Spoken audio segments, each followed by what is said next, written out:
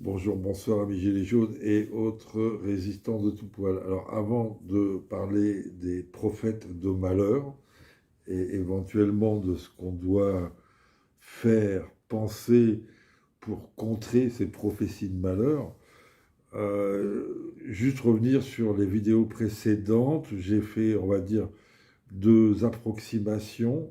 La première, je me suis fait avoir par la propagande israélienne euh, qui a fait croire au monde entier que Poutine s'était excusé de la boulette de Lavrov sur l'histoire du sang juif d'Hitler. Juste après que j'ai posé la vidéo, je suis tombé sur une information que le Kremlin dément cette information. Poutine ne s'est pas excusé. Voilà. Bon, hein, on prend acte. Et c'est ça, si tu veux, le principe toujours de laisser le temps à l'information qu'on l'on reçoit, de lui laisser le temps de mijoter, si tu veux, de se confirmer ou de s'infirmer.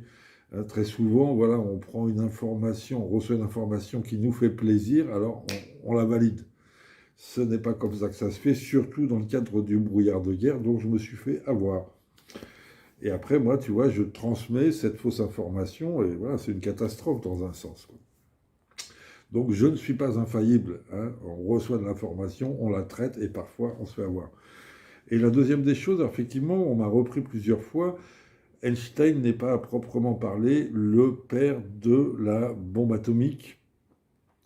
Il est malgré tout, on va dire, présenté comme ça parce qu'il est. Déjà, c'était un théoricien, un physicien théoricien et non pas comment dire, un laborantin. Ce n'était pas un physicien, c'est un théoricien. Et donc, c'est lui qui a théorisé la fission, qui va permettre plus tard donc d'arriver en pratique à la bombe nucléaire. Et c'est lui également qui a signé, on lui a demandé de co-signer la lettre qui incitera Roosevelt à enclencher le projet Manhattan, donc de recherche dure pour créer, inventer la bombe nucléaire. Donc effectivement, hein, c'est un théoricien et il a, on va dire, allez, donné la direction. Mais ce n'est pas lui qui, concrètement, a créé la bombe nucléaire. Bon, voilà, hein, pour faire court, faites vos recherches et vous saurez qui, comment, quoi exactement nous a amené à cette extraordinaire invention. Voilà. Bon, sinon, alors, les prophètes de malheur. Je vais lire, alors certains le connaissent tout à fait, cet extrait, hein, un extrait du Meilleur des mondes de Aldous Huxley. Et il a écrit donc ce livre, et l'extrait que je vais lire, en 1931. Et après, puisque c'est la mode, je lirai en ce moment le nazisme, je lirai aussi deux citations de Goebbels. Et bon, voilà, dans le sens où effectivement, ces types, alors, prophétisent ou écrivent ou sont informés, sont initiés, on ne sait pas. En tout cas, prophétisent, présentent le monde de demain. Alors là, Aldous Huxley, il écrit en 1931, donc il avait en 1931 écrit, prophétisé le monde d'aujourd'hui. Et donc évidemment, nous, si nous cherchons à combattre ce système, ce monde déstructuré, nous devons nous-mêmes chercher tous ces textes prophétiques. J'ai envie de dire pour aujourd'hui c'est trop tard, mais plutôt pour les catastrophes de demain. Et rechercher les antidotes pour empêcher ces catastrophes. Alors,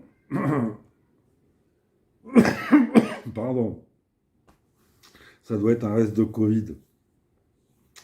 Donc 1931, écoute bien, hein, pour ceux qui ne connaissent pas, ou pour ceux qui connaissent, ça n'empêche pas de réviser. 1931.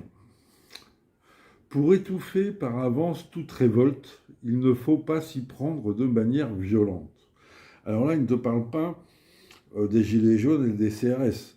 Il te parle de la société en général. Comment faire une société de moutons. Après, tu as quelques moutons noirs, donc les gilets jaunes.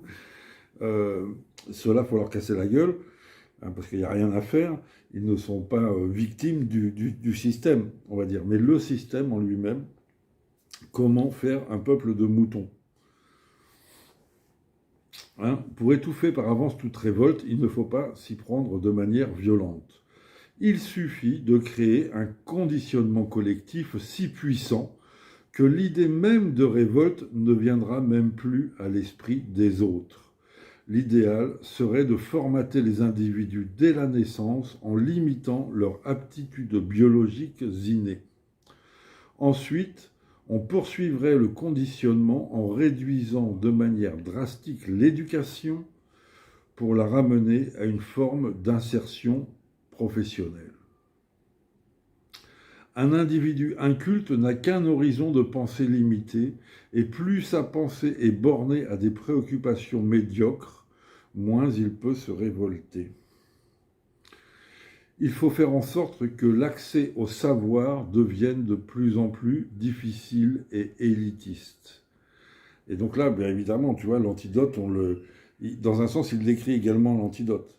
Il faut instruire, il faut s'instruire, il faut lire, il faut instruire les nouvelles générations au maximum pour simplement déjà leur apporter une capacité critique et de révolte, donc, à l'injustice. Que le fossé se creuse entre le peuple et la science, que l'information destinée au grand public soit anesthésiée de tout contenu à caractère subversif. Surtout pas de philosophie. Là encore, il faut user de persuasion et non de violence directe.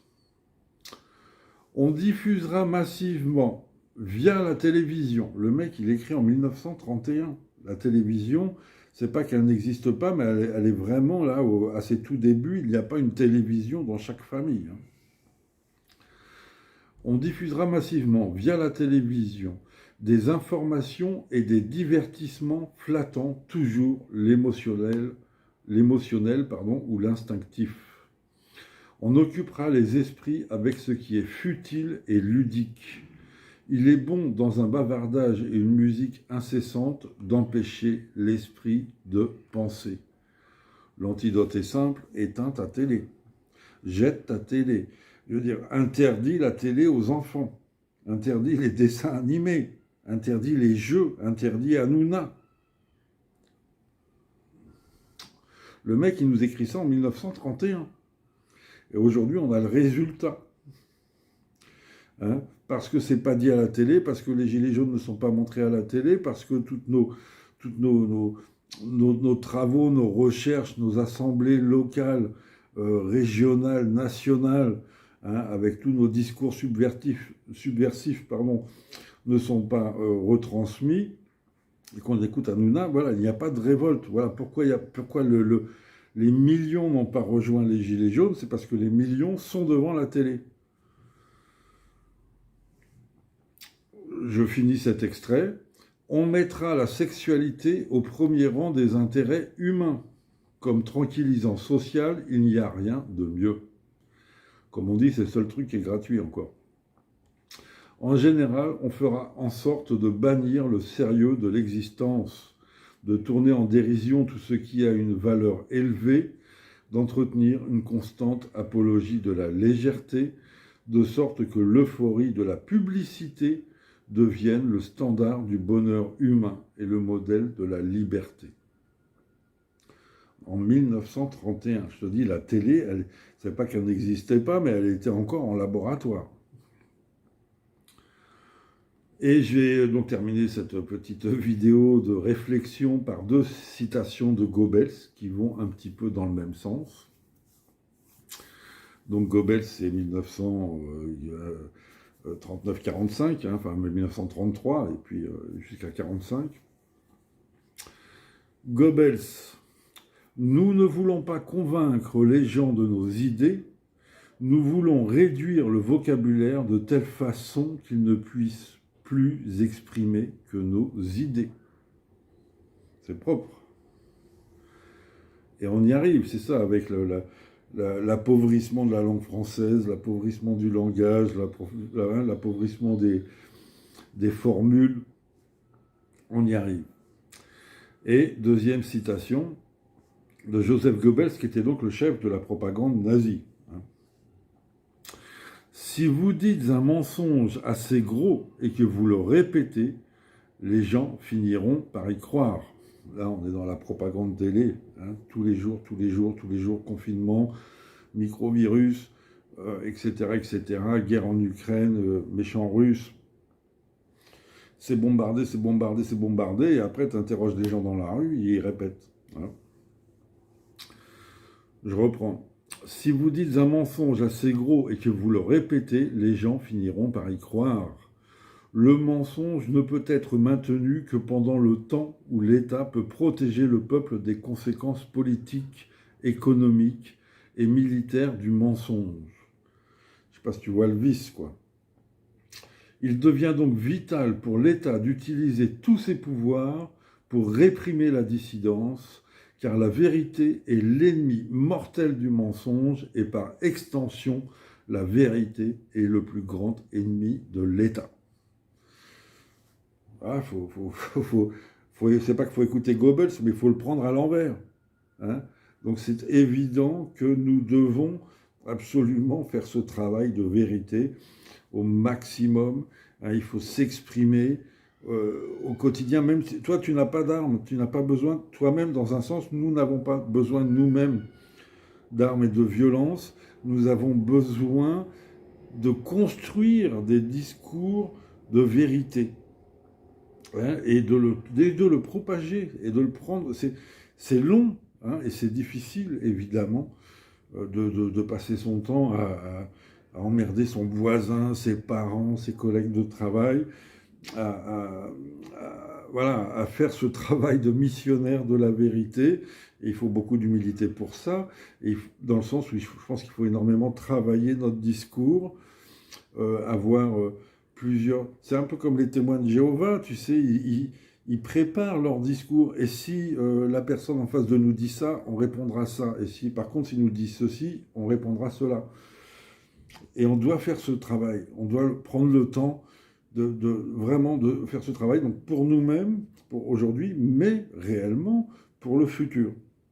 Parce que ça, c'est valable à toutes les époques. Voilà les amis, la petite réflexion du soir. À très bientôt. On lâche rien.